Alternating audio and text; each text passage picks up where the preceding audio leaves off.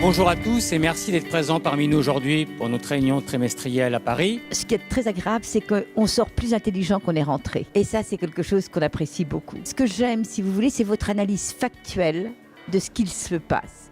C'est-à-dire qu'en fait, vous ne travaillez pas sur un modèle, vous avez une manière d'analyser les données macro- et microéconomiques avec beaucoup de lucidité et d'objectivité.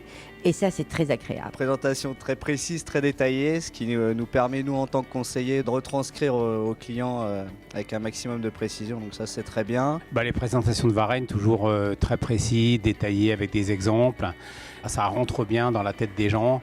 Et c'est très rassurant finalement. Des fonds comme Varenne Valeur permettent vraiment d'être des corrélants, notamment dans des portefeuilles dits équilibrés, qui ne veulent pas justement être 100% actions. C'est vraiment très précieux. D'autant plus depuis 2 ans où les fonds qu'on utilisait beaucoup, sans les nommer, mais très obligataires, et eux commencent à avoir pas mal de soucis, justement de par leur poche obligataire qui est prédominante et ils n'arrivent pas à trouver les leviers de valeur. Quand on a du Varenne, on n'a pas du benchmark. On ne dit pas je vais faire l'Eurostock ou le Mondial Stock. Pas du tout. On sait ce qu'on a. On a effectivement un produit qui correspond à des sociétés avec leur analyse qui leur est propre. Et on sait ce qu'on attend. On sait ce qu'on attend des choix et de la stratégie qui est faite chez Varenne Capital. Puis pratiquement la création de la société. C'est des fonds qui sont très décorrélés, donc à côté de fonds actions longs purs, c'est très bien.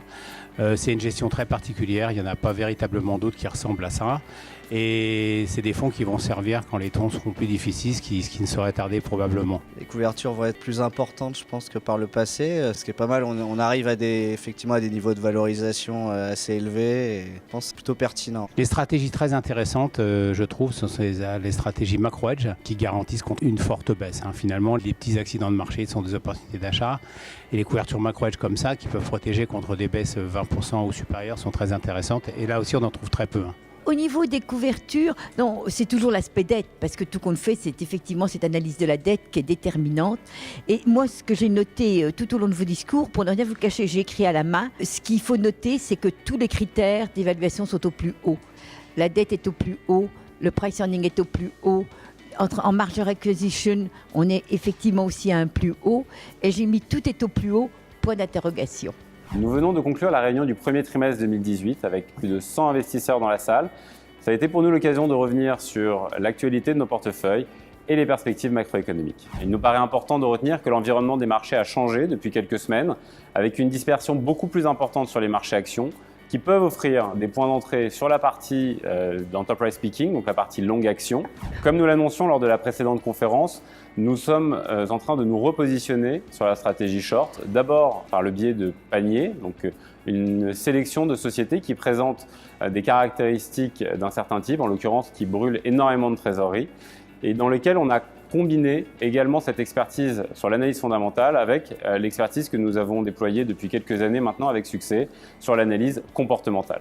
Cette stratégie est implémentée dans les 2 fonds UCITS d'abord et nous avons vocation à la déployer également dans les fonds professionnels. Sur la stratégie situation spéciale, l'environnement au cours du premier trimestre a été exceptionnel avec un premier trimestre record, ce qui nous a permis d'augmenter l'exposition, mais dans le même temps, il est important de retenir que la capacité a beaucoup augmenté, les spreads sont beaucoup plus comprimés que ce que nous avions pu voir il y a encore quelques années.